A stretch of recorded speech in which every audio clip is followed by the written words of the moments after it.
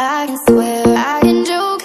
I say what's on my mind. If I drink, if I smoke, I keep up with the guys and you see me. Hi, hello mabuhay! Welcome back to our YouTube channel. So for today's brand new video, we're gonna be discussing about the classroom and political discourse analysis.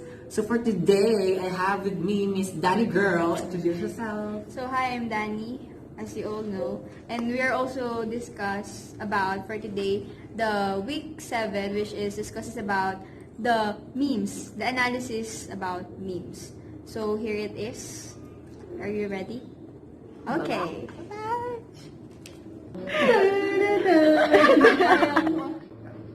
Go. So tulad nga na sinabi ni Danny, ang pag-aaral natin ngayon ay political discourse analysis. So for today's report, we're gonna be situating political power to language. So the first one would be, we're going to define what power is. So according to research, or should I just say according to modern scholars, power are said to be a physical characteristics to some people, but to scholars like researchers and modern philosophers, power is said to be the act of persuasion. Okay. Also, para masabi natin na powerful ang isang language is meron tayong 4 na characteristics. The first one would be no usage of or etc. Meaning to say, there would be no bubbling at all. Because hindi ka magtitiwala sa taong hindi native speaker. Okay. Number 2 would be, syempre dapat native speaker ka. So, ibig sabihin, kapag native speaker ka, you are well-informed with your language you are using. And also, mas meron kang malaki, or should I just say, mas malawak na foundation sa language na sinasabi mo. The third one would be, pause.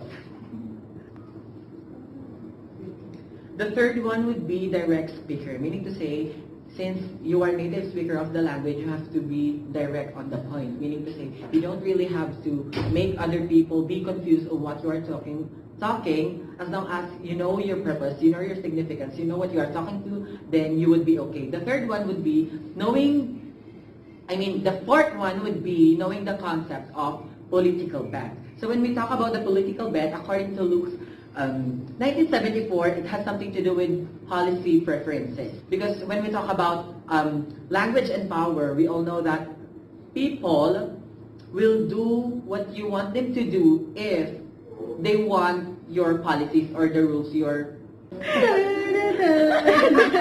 Kahit hindi ako na-ninja.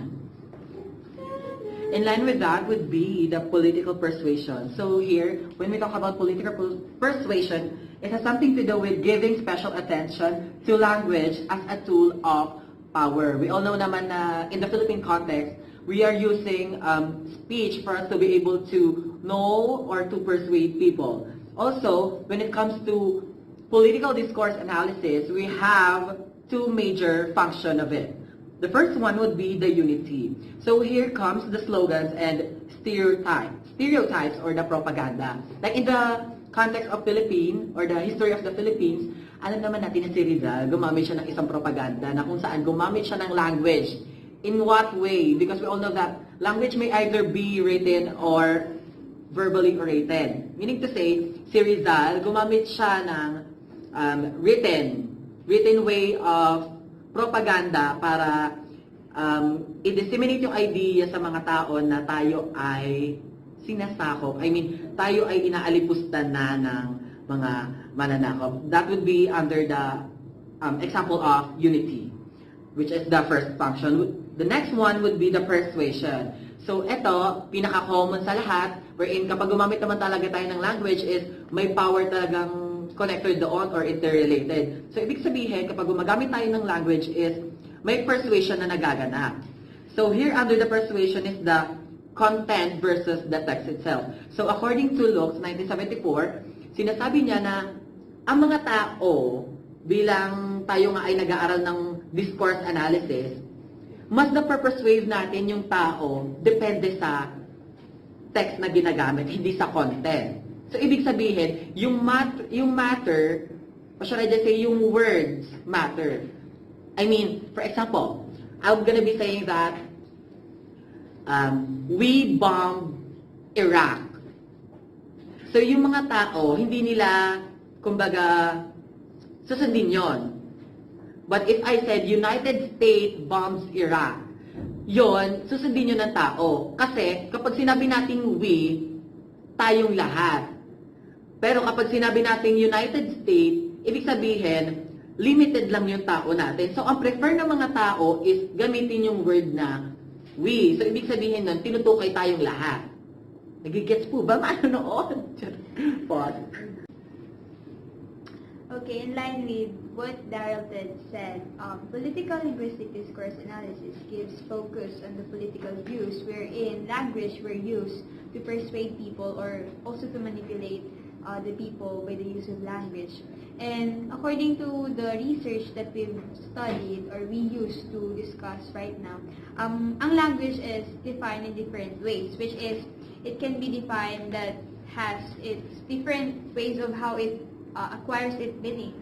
So according sa representationalist view of language or for the behavioral and learning psychology, ang language sa kanila is a set of symbol and its meaning is matter of symbols standing for objects or ideas.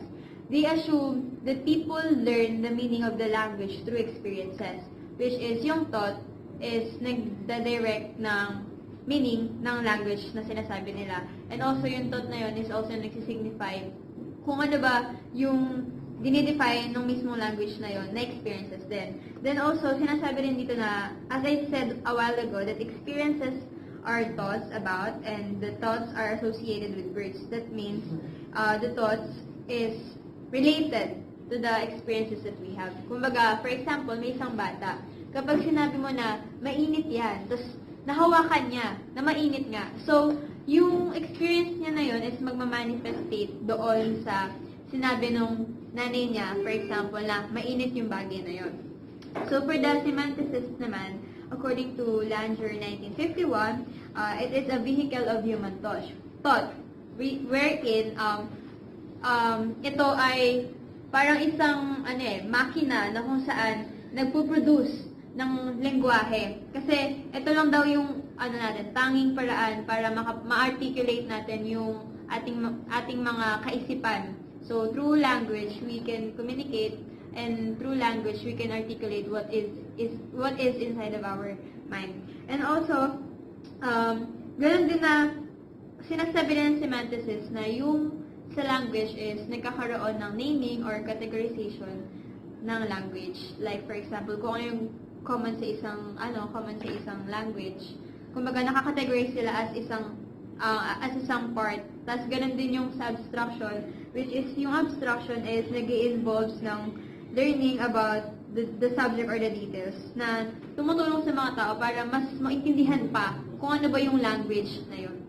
So, ayun, ang problema lang doon sa dalawang binanggit natin na representationalist and sa semanticist is with these two is that it does not explain origins of meanings for words and why individuals have different meanings. So, di ba nga sabi nga natin na it is important to know the origin of the word or the language. For this is also where the meaning of the language came. Or ito yung pinag-uugatan ng kahulugan ng lengguwahe. So, sabi naman dito alam niyo naman na di ba yung linguistic relativism, which is words do not simply take meaning from experiences, but it is also used to describe the experience. And also, yung symbolic interactionism that discusses that meaning of words are learned in social interaction. So, gayon din na ang ating environment has a big part in giving the meaning of the words that we are hearing or the language that we are using dahil, di ba, language is based from the cultures that we have.